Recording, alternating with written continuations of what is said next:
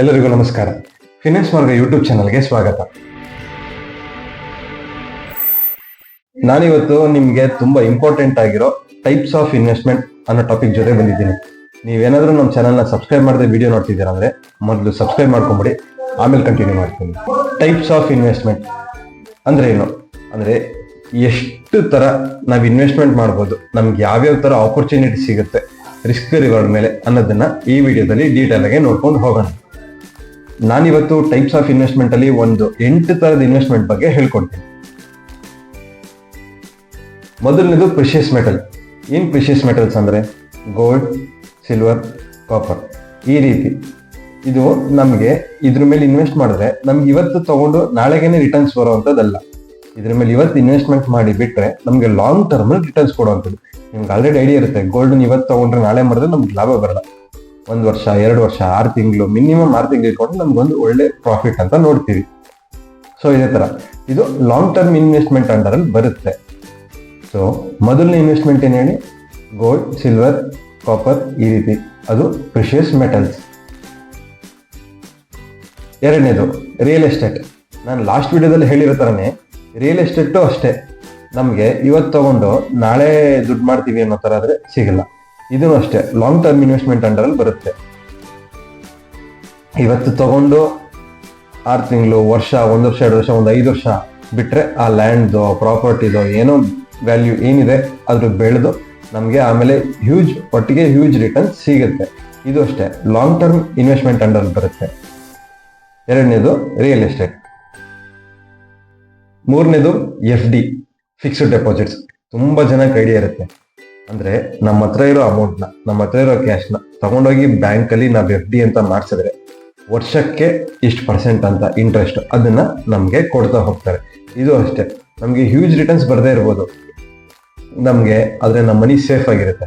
ನಾನು ಗೋಲ್ಡಲ್ಲೂ ಅಷ್ಟೇ huge returns ಬರದೇ ಇರ್ಬೋದು, ಬಟ್ ನಮ್ಮ ಮನಿ ನಮಗೆ ಸೇಫ್ ಆಗಿರುತ್ತೆ. ಲ್ಯಾಂಡಲ್ಲೂ ಅಷ್ಟೇ ಲಿಕ್ವಿಡೇಟ್ ಮಾಡಕ್ ಕಷ್ಟ ಆಗ್ಬೋದು, ಅಂದ್ರೆ ಈಸಿಯಾಗಿ ಸೆಲ್ ಮಾಡಕ್ಕೆ ಬೈ ಮಾಡಕ್ ಕಷ್ಟ ಆಗ್ಬೋದು, ಬಟ್ ನಮ್ದು ಪ್ರಾಪರ್ಟಿ ನಮ್ಮ ಹೆಸರಲ್ಲಿ ಇರೋದ್ರಿಂದ ಅದು ಕೂಡ ನಮ್ಮ ಹತ್ರ ನಮಗೆ ಸೇಫ್ ಆಗಿರುತ್ತೆ. ಸೊ FDನೂ ಹಾಗೆ, ನಮ್ದು ಏನಿದೆ ಕ್ಯಾಶ್ ಅದನ್ನ ತಗೊಂಡೋಗಿ ಬ್ಯಾಂಕಲ್ಲಿ ಡೆಪಾಸಿಟ್ ಮಾಡಿದ್ರೆ ಅವರು ವರ್ಷಕ್ಕೆ ಇಷ್ಟು % ಅಂತ ಇಂಟ್ರೆಸ್ಟ್ ಕೊಡ್ತಾರೆ. ನಾವು ಡೆಪಾಸಿಟ್ ಮಾಡಿರೋ ಕ್ಯಾಶ್ಗೆ ಅದು ನಮಗೆ ರಿಟರ್ನ್ಸ್ ಆಗಿ ಬರುತ್ತೆ. ಇದು ಕೂಡ ಅಷ್ಟೇ ಲಾಂಗ್ ಟರ್ಮ್ ಇನ್ವೆಸ್ಟ್ಮೆಂಟ್ ಅಂಡರ್ ಬರುತ್ತೆ.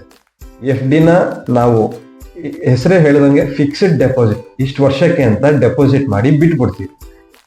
ನಮ್ಗೆ ಅದರಿಂದ ಸ್ವಲ್ಪ ಇಂಟ್ರೆಸ್ಟ್ ಬರ್ತಾ ಇರುತ್ತೆ. 4ನೇದು ಸೇವಿಂಗ್ಸ್ ಅಕೌಂಟ್. ತುಂಬಾ ಈಸಿ ಟಾಪಿಕ್.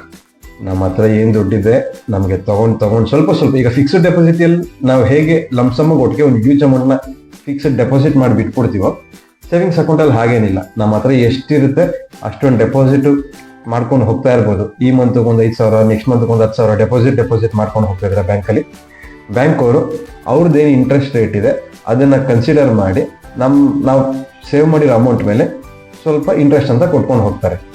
ಫಿಕ್ಸ್ಡ್ ಡೆಪಾಸಿಟ್ಗೂ ಇದಕ್ಕೂ ಏನಾದ್ರು ಡಿಫ್ರೆನ್ಸ್ ಇದೆ ಅಂದ್ರೆ, ಫಿಕ್ಸ್ಡ್ ಡೆಪಾಸಿಟ್ ಅಲ್ಲಿ ನಾವು ಒಟ್ಟಿಗೆ ಹ್ಯೂಜ್ ಅಮೌಂಟ್ ನ ಇನ್ವೆಸ್ಟ್ ಮಾಡ್ತೀವಿ. ಸೇವಿಂಗ್ಸ್ ಅಕೌಂಟ್ ಅಲ್ಲಿ ನಾವು ಹ್ಯೂಜ್ ಅಮೌಂಟ್ ಇನ್ವೆಸ್ಟ್ ಮಾಡಬೇಕು ಅಂತ ಏನಿಲ್ಲ, ಸ್ವಲ್ಪ ಇನ್ವೆಸ್ಟ್ ಮಾಡ್ಕೊಂಡು ಹೋಗ್ತೀರಾ, ಅದಕ್ಕೆ ಸ್ವಲ್ಪನೇ ಇಂಟ್ರೆಸ್ಟ್ ಬರ್ತಾ ಇರುತ್ತೆ. 5ನೇದು ಎಕ್ಸ್ಚೇಂಜ್ ಟ್ರೇಡೆಡ್ ಫಂಡ್ಸ್. ಇದೊಂಥರ ಮ್ಯೂಚುವಲ್ ಫಂಡ್ಸ್ ತರನೇ, ಆದ್ರೆ ಇಂಡಿವಿಜುವಲ್ ಸ್ಟಾಕ್ ತರ ವರ್ಕ್ ಆಗುತ್ತೆ ಸ್ಟಾಕ್ ಎಕ್ಸ್ಚೇಂಜ್ ಅಲ್ಲಿ. ಫಾರ್ ಎಕ್ಸಾಂಪಲ್, ನೀವು ಯಾವ್ದಾದ್ರು ಒಂದು ಎಕ್ಸ್ಚೇಂಜ್ ಟ್ರೇಡೆಡ್ ETF ತಗೊಂಡಿದ್ದೀರಾ ಅಂತಂದ್ರೆ ಅದರಲ್ಲಿ ಶೇರ್ಸು, ಬಾಂಡ್ಸು ಎಲ್ಲಾನು ಇನ್ವಾಲ್ವ್ ಆಗಿರುತ್ತೆ. ನಿಮ್ಗೆ ಈ ETF ಬಗ್ಗೆ ಕಂಪ್ಲೀಟ್ ಆಗಿ ಡೀಟೇಲ್ ಆಗಿ ಬೇಕು ಅಂದ್ರೆ ಅಪ್ಕಮಿಂಗ್ ವಿಡಿಯೋದಲ್ಲಿ ಎಕ್ಸ್ಪ್ಲೇನ್ ಮಾಡ್ತೀನಿ. ಸೊ ಇವತ್ತಿಗೆ ಇದೊಂದು ಟೈಪ್ ಆಫ್ ಇನ್ವೆಸ್ಟ್ಮೆಂಟ್ ಅಂತ ಮಾತ್ರ ತಿಳ್ಕೊಂಡಿರೋಣ. 6ನೇದು ಮ್ಯೂಚುವಲ್ ಫಂಡ್. ಮ್ಯೂಚುವಲ್ ಫಂಡ್ ಬಗ್ಗೆ ನಾನು ಆಲ್ರೆಡಿ ನಿಮ್ಗೆ ಹೇಗೆ ವರ್ಕ್ ಆಗುತ್ತೆ ಅಂತ ಎಕ್ಸ್ಪ್ಲೇನ್ ಮಾಡಿದ್ದೀನಿ, ಬಟ್ ಅದ್ರ ಬಗ್ಗೆ ಡೀಟೇಲ್ ಆಗಿ ಇನ್ನೂ ತಿಳ್ಕೊಳ್ಬೇಕು ಅಂದ್ರೆ ಅಪ್ಕಮಿಂಗ್ ವಿಡಿಯೋಸ್ ಅಲ್ಲಿ ಹೇಳ್ಕೊಡ್ತೀನಿ.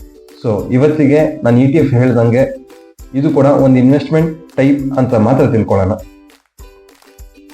7ನೇದು ಬಾಂಡ್ಸ್. ಬಾಂಡ್ಸ್ ಬಗ್ಗೆ ತುಂಬಾ ಜನ ಕೇಳಿರ್ತಾರೆ, ಬಟ್ ಪ್ರಾಪರ್ ಆಗಿ ಐಡಿಯಾ ಇರಲ್ಲ. ಬಾಂಡ್ಸ್ ಹೇಗೆ ವರ್ಕ್ ಆಗುತ್ತೆ ಅಂದ್ರೆ, ನಮ್ಮ ಹತ್ರ ಇರೋ ಮನಿನ ನಾವ್ ಯಾವ್ದೋ ಕಂಪ್ನಿಗೋ ಗೌರ್ಮೆಂಟ್ಗೋ, ನೀವೆಲ್ಲ ಕೇಳಿರ್ತೀರ ಗೌರ್ಮೆಂಟ್ ಬಾಂಡ್ಸ್ ಅಂತ. ನಮ್ಮ ಹತ್ರ ಇರೋ ಮನಿನ, ದುಡ್ಡನ್ನ ಕಂಪ್ನಿಗೋ ಗೌರ್ಮೆಂಟ್ಗೋ ನಾವು ಕೊಟ್ಬಿಟ್ಟು ಬಾಂಡ್ ಪೇಪರ್ನ ಇಸ್ಕೊಂಡಂಗೆ, ವಾಪಸ್ ನಾವು ಆ ಬಾಂಡ್ ಪೇಪರ್ನ ಗೌರ್ಮೆಂಟ್ಗೆ ಅಥವಾ ನಾವು ತಗೊಂಡಿರೋಂಥ ಕಂಪ್ನಿಗೆ ಕೊಟ್ರೆ ಅವ್ರು ನಮಗೆ ವಿತ್ ಇಂಟ್ರೆಸ್ಟ್ ರಿಟರ್ನ್ಸ್ ಕೊಡ್ತಾರೆ. ಇದರಲ್ಲಿ ತುಂಬಾ ತರ ಬಾಂಡ್ಸ್ಗಳಿದೆ. ಟೈಪ್ಸ್ ಆಫ್ ಬಾಂಡ್ಸ್ ಮತ್ತು ಅದು ಹೇಗೆ ವರ್ಕ್ ಆಗುತ್ತೆ ಅಂತ ಡೀಟೇಲ್ ಆಗಿ ಇನ್ನೊಂದು ವಿಡಿಯೋದಲ್ಲಿ ಎಕ್ಸ್ಪ್ಲೈನ್ ಮಾಡ್ತೀನಿ. ಸೊ ಲಾಸ್ಟ್ ಟೈಪ್ ಆಫ್ ಇನ್ವೆಸ್ಟ್ಮೆಂಟಿಗೆ ಬರ್ತೀನಿ, ಸ್ಟಾಕ್ಸ್. ತುಂಬ important topic. Stocks is nothing but shares. ಯಾವ್ದಾದ್ರು ಕಂಪ್ನಿ ಚೆನ್ನಾಗಿ ಹೋಗುತ್ತೆ ಅಂತಂದರೆ ನಮ್ಮ ಹತ್ರ ಇರೋ ದುಡ್ಡನ್ನು ಆ ಕಂಪ್ನಿ ಶೇರ್ಸ್ ತೊಗೊಂಡ್ರೆ, ಆ ಕಂಪ್ನಿದು ಸ್ಟಾಕ್ಸ್ ತೊಗೊಂಡ್ರೆ, ಆ ಕಂಪ್ನಿ ಚೆನ್ನಾಗಿ ಪರ್ಫಾರ್ಮ್ ಮಾಡಿದ್ರೆ ಆ ಸ್ಟಾಕ್ಸ್ದು ವ್ಯಾಲ್ಯೂನೂ ಬೆಳೀತದೆ, ಅದಕ್ಕೆ ನಮಗೆ ಡಿವಿಡೆಂಡ್ಸ್ ಅಂತ ಕೊಡ್ತಾರೆ. ಸೊ ನಮಗೆ ಡಬಲ್ ಬೆನಿಫಿಟ್ ಆಗಿ ವರ್ಕ್ ಆಗುತ್ತೆ. Stock is one of the major type of instruments to invest. So stock ಹೇಗೆ ವರ್ಕ್ ಆಗುತ್ತೆ ಅಂತ ನಾನು ಆಲ್ರೆಡಿ ನಿಮಗೆ ಎಕ್ಸ್ಪ್ಲೈನ್ ಮಾಡಿದ್ದೀನಿ.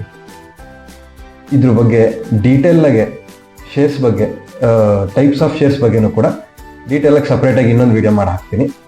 ಇವತ್ತಿಗೆ ನಾವು ಟೈಪ್ಸ್ ಆಫ್ ಇನ್ವೆಸ್ಟ್ಮೆಂಟ್ ಅಂದ್ರೆ ಏನು ಅಂತ ತುಂಬ ಸಿಂಪಲ್ ಆಗಿ ರಫ್ ಆಗಿ ತಿಳ್ಕೊಂಡಿದ್ದೀವಿ. ಈ ವಿಡಿಯೋನ ಇಲ್ಲಿಗೆ ಮುಗಿಸ್ತಾ ಇದ್ದೀನಿ. ಧನ್ಯವಾದಗಳು.